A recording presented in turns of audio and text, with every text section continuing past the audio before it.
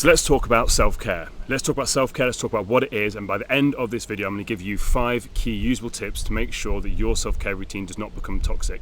Because by 2026 it's estimated that the self-care industry will be valued at $13 billion. $13 billion. But before we talk about self-care, let's actually go back and talk about what it actually is. Let's actually define what self-care is. So self-care is the ability to care for one's self through self-awareness, self-control and self-reliance in order to achieve, maintain or promote optimal health and well-being. There's a few key things I want to pick out here. It's through self-awareness, awareness of yourself, self-control, controlling yourself, your impulses, your emotions, and self-reliance, meaning you actually rely on yourself. These are 3 core things I talk about a lot in the podcast and a lot of the guests talk about as well. So for you to actually have that optimal health and more importantly, optimal well-being, it starts with self. We've spoke about that a lot. So to have this good self-care, it starts with self. It's in the name, self-care. And it's something that absolutely changed my life. But we get these big influencers, you get these big companies, they're jumping on board with their marketing. And what can happen is it becomes very, very toxic. You feel like you're not self-caring properly. You feel like you need this latest thing, this latest app. You need to spend money to then do self-care properly. When actually, by the definition of it, self-care comes through self-awareness, self-control, self-reliance. It's in the name, self. Self-care can only happen through you, yet so many companies are jumping on this bandwagon and it makes you feel like you're doing it wrong, it makes you feel like you're not good enough, and it's moving you away from the core principle of self-care, which, as we mentioned, is optimal well-being. If you're feeling less than, if you're feeling not good enough, that's taking you away from the core essence of it. And I don't want that for you, because it's literally something that absolutely changed my life. So you've got this 20-year-old influencer who's single, got no kids, no responsibilities, their parents are funding them, they've got and they're telling you, you've got to do all of these things. You've got to do body brushing every single morning, meditate for 45 minutes, ice bath under a full moon or a waxing gibbous, whilst Mercury's in retrograde. Retrograde. You've got to do all of these things, and it's just not achievable. You've got all of these people that are saying, in order for you to have this thing, you've got to follow all these strict, rigid things. And for me, that's not what this is all about. Self-care should not be rigid. It should be completely fluid and work to your life. So here are my top 5 tips to stop self-care becoming toxic for you and allowing you to actually see the benefits of it. It changed my life. It's changed so many of my clients' lives as well. So number 1, top tip, figure out your needs. Self-care. It starts with you understanding yourself. It's having the self-awareness to ask yourself, what do I need? That's where self-care starts. You asking yourself, what do you need? And then going out and getting the thing that you need. So there's a thing called list of needs. Just type it on Google, list of needs. You see a big long list. I've done a whole workshop on this, a whole podcast on this. You can go back, I'm linking in the thing above. And all you want to do is you want to ask yourself about your emotions. Remember, your emotions and your feelings are directives, they're signposts. They're trying to tell you that something's not quite right. Maybe you're not having one of your core needs met. So when it comes to self-care is about getting your needs met. Not my needs, not your partner's needs, not your kid's needs, getting your needs met.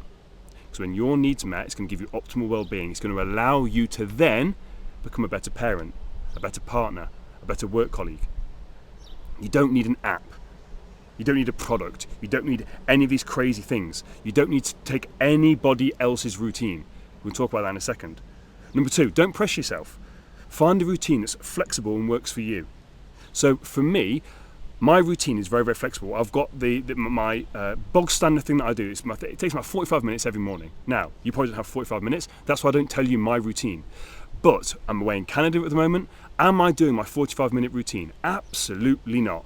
I've dwindled it down to just doing my reading. Just my 5-minute reading. And when I'm in the shower, I do my gratitude journaling in my head. But I'm still doing the things that I know I need to do to make me feel good. And same for you.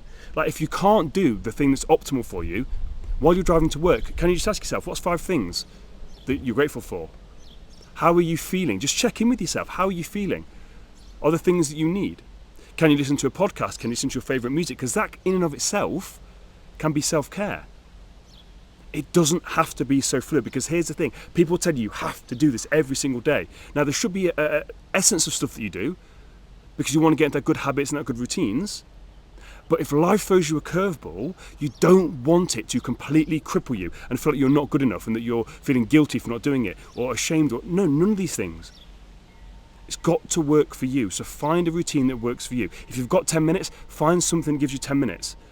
If you can only do an evening routine because your kids go to bed at 7 o'clock, but literally from 4:30 in the morning until then your life is hectic, okay, then you've got an evening thing. You've got time in the evening for self-care.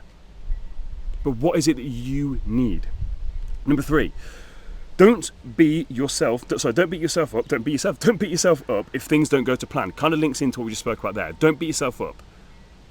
Have a plan, try and execute the plan. If the plan doesn't go to plan, have a plan B. Just like I've got here in Canada.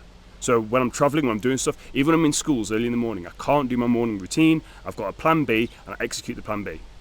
Number 4, reading, meditation, exercise, socializing with friends and loved ones, or even having a nourishing bowl of food. These are all examples of self-care. Self-care doesn't have to be meditating. Self-care doesn't have to be jumping in an ice bath. It doesn't have to be any of these crazy things, even though that's crazy. I love my ice bath, but I'm not expecting you to do that. I'm not expecting my clients to do that. For me, one of the core key things for you to do is journal. And the reason why I say that is because that's the only way you can truly figure yourself out. Remember, self-care comes back to self-awareness. You can't have awareness of yourself if you're not doing the work to figure yourself out. So for me, journaling in some capacity, even if it's just 5 minutes gratitude journaling, I recommend my clients to just do 10 minutes of reflective journaling, asking themselves questions. Because that's the only way you're reading it to core essence. But apart from that, it can be anything. Having good quality nutrition, that is self-care. Getting outside and walking, that is self-care. Listening to your favourite music, self-care. Playing with your kids, self-care. It's just how we're framing it. It doesn't have to be any of this crazy stuff. You don't need any of these crazy products people are trying to tell you. You don't need to do this body brushing. You don't have to have this lotion. You don't have to light all these scented candles. You don't have to do any of that. And my final point, take inspiration from people who inspire you, but don't forget to listen to what makes you feel good. Self-care is all about you. It becomes toxic when you try to live up to other people's standards and hold yourself to other people's standards. No. It's your life. You've got to find out what works for you. Self-care should be easy and it should be effortless. Having said that, if you've had 20, 30, 40 years of really bad habits, really poor structures and really poor routines, understand in the start when you're getting that good self-care routine in, it could be a bit difficult, but you've got to stick to it. This is where discipline comes in. You're going to be motivated when it starts. But then when the motivation wears off, that's when discipline has to kick in. If you're feeling a bit uneasy and a bit unsettled, just take a look back and ask yourself, right, am I actually taking care of myself? Because no one is coming to save you. It's no one else's responsibility. It's your responsibility. What needs am I not having met? And how can I meet them in a controlled, active manner that I can maintain daily? Take it easy.